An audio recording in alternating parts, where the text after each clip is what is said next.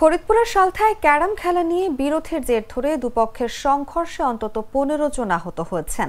সোমবার সকাল ৯টার দিকে উপজেলার রামকান্তপুর ইউনিয়নের রামকান্তপুর গ্রামে এই সংঘর্ষ হয়। এ সময় কয়েকটি বসত বাড়িতে হামলা চালিয়ে ভাঙচুর করা হয়েছে। খবর পেয়ে পুলিশ ঘটনাস্থলে গিয়ে পরিস্থিতি শান্ত করে।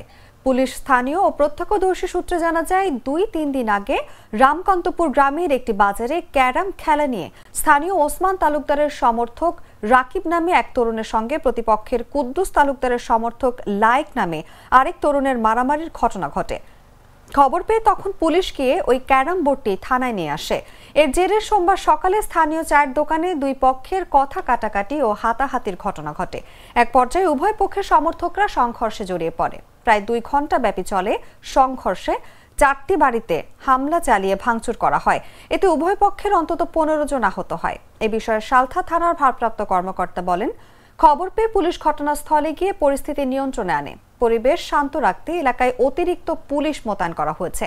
তবে এই ঘটনায় এখন পর্যন্ত কোনো পক্ষই থানায় অভিযোগ দেয়নি। অভিযোগ পেলে আইনগত ব্যবস্থা নেওয়া হবে।